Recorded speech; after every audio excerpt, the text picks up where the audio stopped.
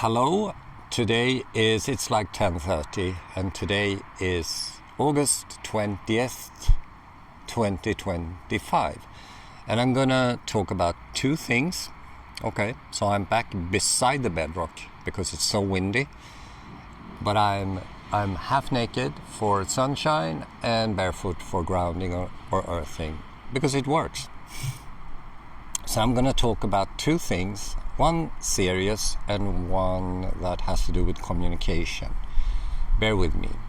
So in the first thing has to do with mental health issues, which I've been talking about for, maybe I mentioned this 50 times or something like that. And in communication with politicians and decision makers, I reiterate that. What I have against me is this UN report which claims that Finland is the happiest country on the planet. 2 years ago I did a video about that, disputing the claim, and the video has been watched by staggering 55,000 people. That's big for me because on average I have 500 to 1,000 viewers for all my videos. So the evidence goes against that. But remember, in December 2021, acting Prime Minister Sanna Marin, she was never elected, reiterated the happiness claim. And then Alexander Stubb, he was elected president in 2023. Can't remember exactly, it could have been fall. He went to the UN office in New York and reiterated the same thing. Is it true? And not for a minute, actually. The evidence points in the opposite direction. So I give you a little reminder here. In 2023, a report from EU and OECD measured cause of death. Okay, so Finland, Alzheimer 20%, Sweden 10%. So it's 100% bigger prevalence in Finland compared to Sweden. That's a marker, isn't it?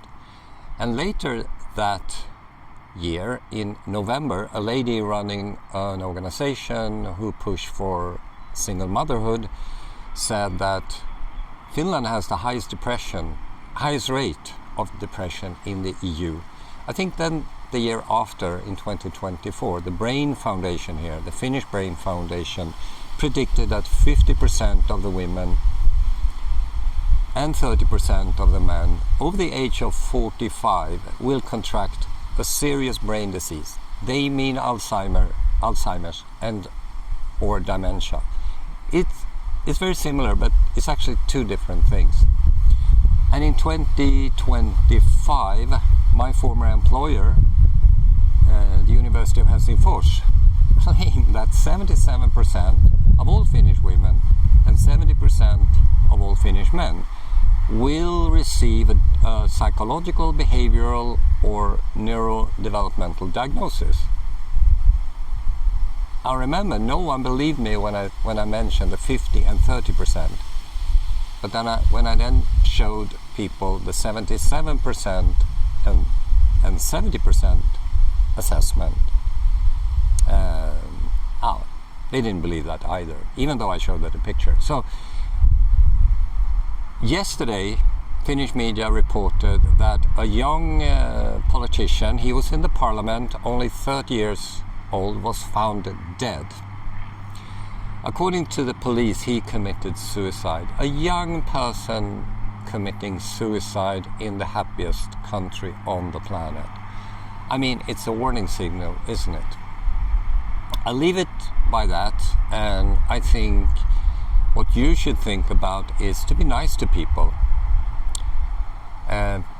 People close to you can have, some health issues which is not very pronounced, but being nice to people all the time seem to, mitigate the risk of something very sad is happening. The second thing I'm going to talk about is communication, and as a scientist, behavioral scientist or social scientist, I'm a psychological scientist more precisely, I teach communication, and because I do that, I also note how people communicate. And I have observed that people combine sentences in this way, that they mention something and then in the subordinate clause, which is after the comma taken, they give an explanation. And you will think, oh, what's wrong with that, you silly psychological scientist? I don't know really, but I think it means something, because humans are the only animal who has a language, okay? And we use that to send information from one brain to another brain, or mind rather. And when we report in the science community, we put descriptives in introduction, method, and results, because that's where we present the observation. Then in the discussion we try, not necessarily successful, to explain the stuff. And do communication and mental health connect? I think so. This is a very brief section about communication, because I will come back to that.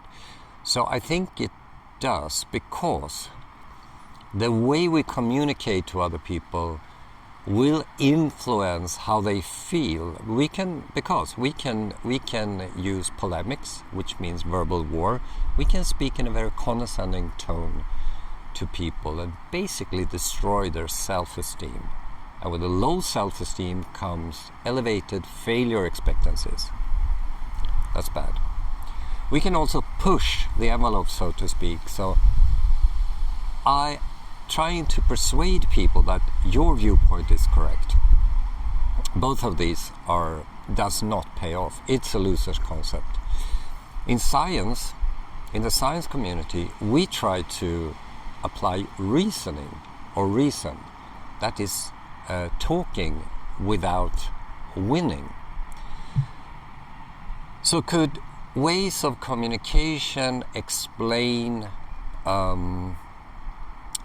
why there's so much misunderstanding about, for example, food and health, why mental health issues are so prevalent? I don't know. I want to dig into that.